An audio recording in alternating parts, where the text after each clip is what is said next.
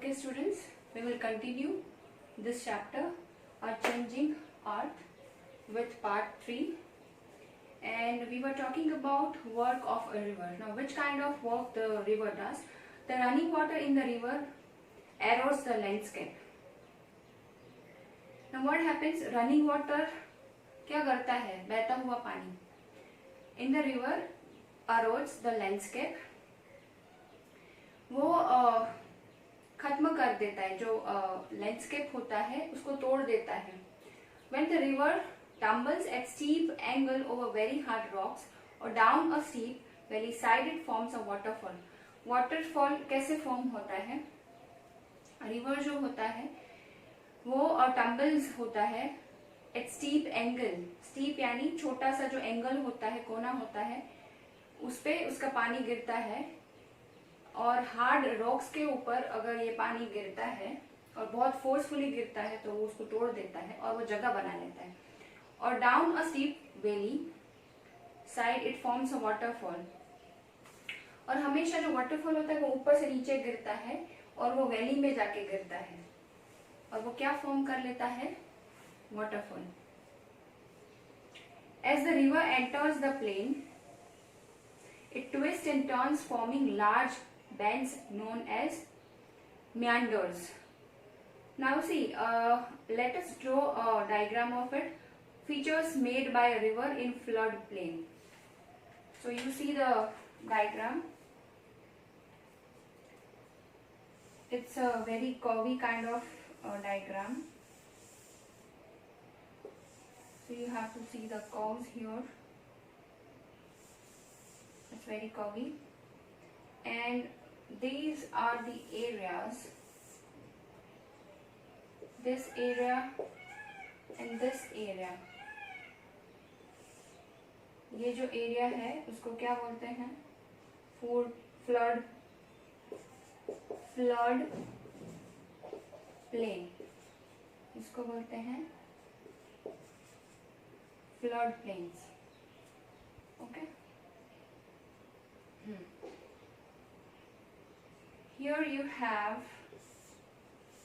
a separate curve, and this is called Oxbow Lake.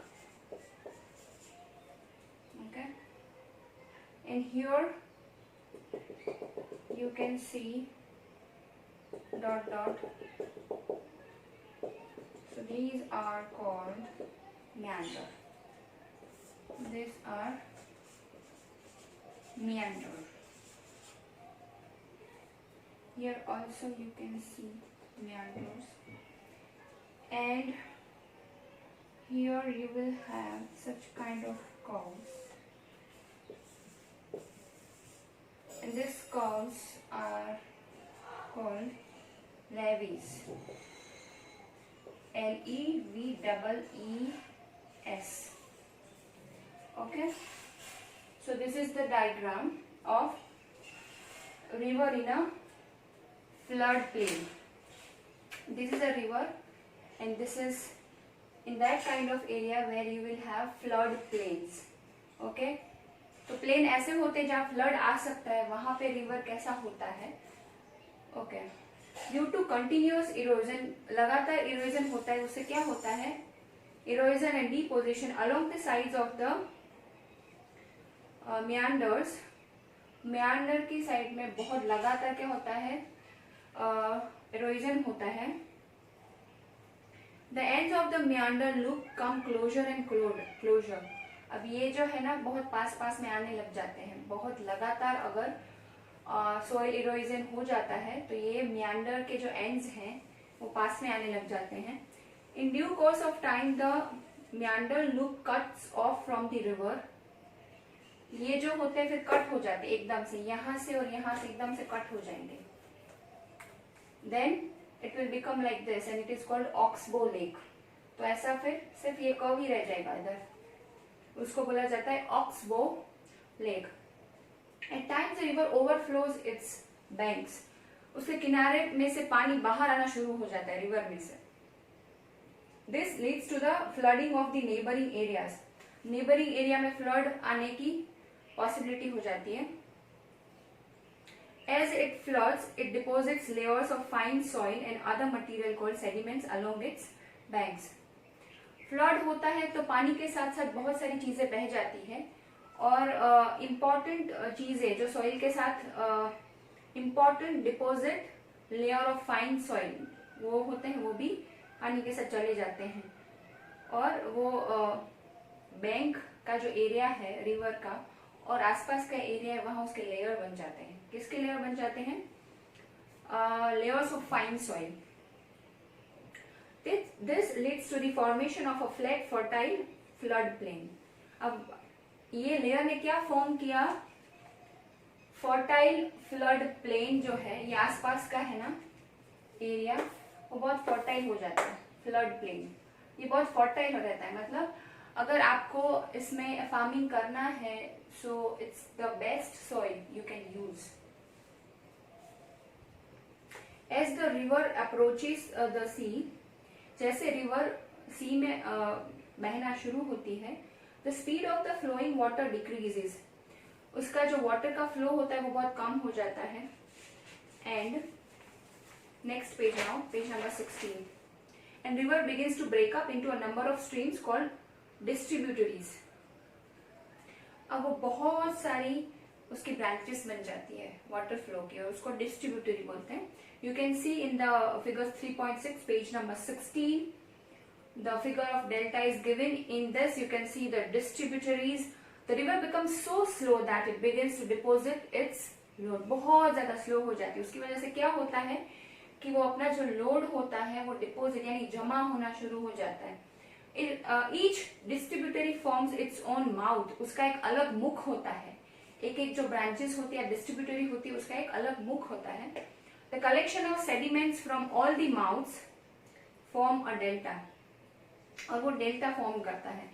हर एक distributary जो होती है उसके माउथ से जो सेडिमेंट्स कलेक्ट होता है वो एक डेल्टा क्रिएट करता है। Okay, now we have a next topic, work of sea waves. Sea waves जो होते हैं उसका क्या काम होता है, उसका वर्क क्या होता है, ठीक है। You can see in the diagram figure 3.7 features made by sea waves. कैसे कैसे फीचर्स बन जाते हैं सी वेव्स की वजह से। आसपास का जो एरिया होता है उसमें जो रॉक्स होते हैं उसमें कैसे कैसे शेप्स बन जाते हैं। The erosion and deposition of the sea waves gives rise to coastal landforms. Sea waves continuously strike at the rocks. Sea waves होते हैं वो continuously क्या होता रहता है कि वो हमेशा जो rocks होते हैं उसके साथ strike होते रहते हैं। वो हमने कई बार देखा भी है। क्रैक्स डेवलप, उसकी वजह से रॉक्स जो होते हैं उसमें क्रैक डेवलप हो जाती है, पानी बार बार आता रहता है उसकी वजह से जो रॉक्स होते हैं उसमें क्रैक्स हो जाती है। You can also see in the figure 3.7 in your text book. Over time they become larger and wider. बहुत टाइम के बाद क्या होता है वो बहुत बड़ा फॉर्म ले लेता है। जो क्रैक जो होती है बहुत बड़ी हो जाती है, बहुत डीप हो जाती है, लॉन्ग हो जाती है। This hollow like caves are formed on the rocks.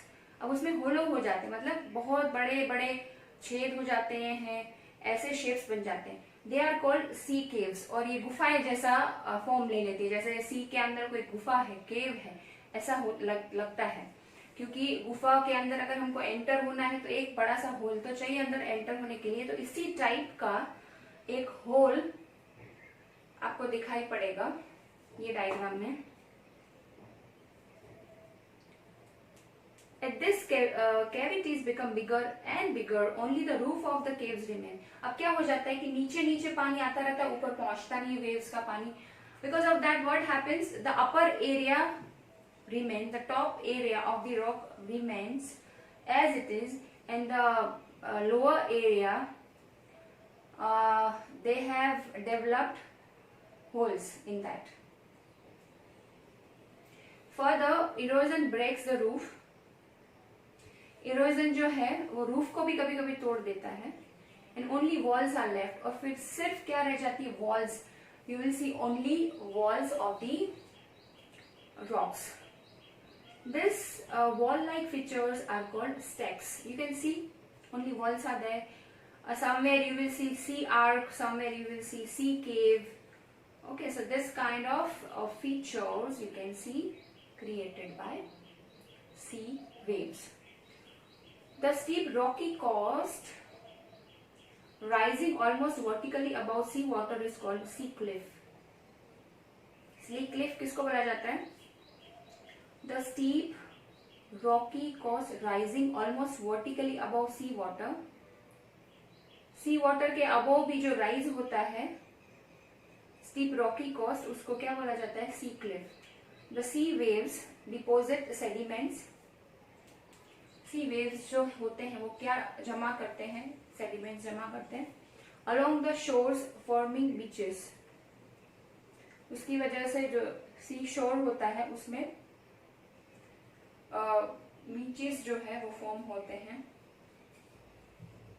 Okay, now next we have work of ice. What is the work of ice?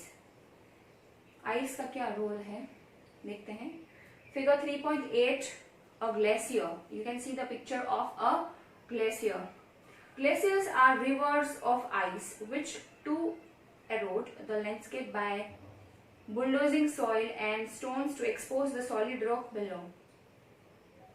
Glacier क्या है? वो एक आइस की रिवर होती है विच टू अरोइड द लैंडस्केप. वो भी क्या कर देती है? लैंडस्केप को खत्म कर देती है या ब्रेक कर देती है बाय बुलडोजिंग सॉइल. बुलडोजिंग यानी सॉइल को एक जगह से दूसरी जगह ऊपर, उसका ऊपर का जो लेयर है उसको एक जगह से दूसरी जगह ले जाती है. And stones to expose the solid rock. Glaciers carve out deep hollows there. Glacier की वजह से बहुत डीप होल भी हो जाते हैं, होलो भी हो जाते हैं. As the ice melts they get filled up with water. As the ice melts, जैसे जैसे जो बर्फ है मेल्ट होती जाती है उसकी वजह से क्या होता है? They filled up with water and become beautiful lakes in the mountains. It is but obvious that when ice melts it turns into water. तो आइस जब मेल्ट हो जाते हैं उसकी अच्छी ब्यूटीफुल रिवर बन जाती है जो माउंटेन में से बह जाती है. The material carried by the glacier such as rocks, big and small, sand and silt gets deposited. अब ये जो रिवर होती है या तो ये जो ग्लेशियर होता है वो अपने साथ क्या कैरी करता है? Big and small stones, sand, silt, this deposits. और वो क्या करता है? डिपोजिट करता है, एक जगह जमा हो जाता है. This deposits form glacial moraines. और ये डिपोजिट क्या फॉर्म करता है? Glacial moraines. इसको क्या बोला जाता है? Glacial moraines. Okay, now here we have the last page of this chapter and the last topic also of this chapter, work of wind. Wind जो होता है उसका क्या काम है? ओके, हियर वी हैव figure 3.9, sand dunes. Okay, so let us read the paragraph. Have you ever visited a desert? Desert आपने कभी विजिट किया है? Try to collect some pictures of sand dunes. Sand dunes का मतलब होता है रेत का छोटा सा हिल, उसको बोलते हैं sand dunes.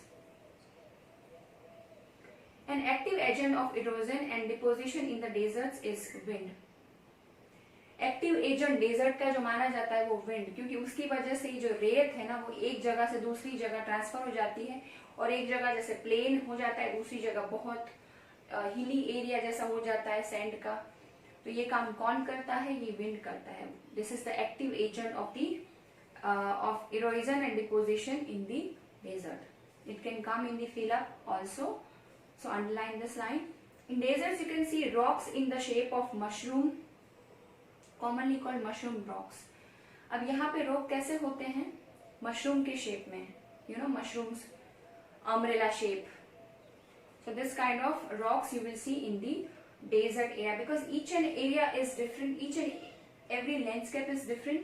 So they will have different kinds of rocks and different shapes of rocks. Winds erode the lower section of the rock more than the upper part.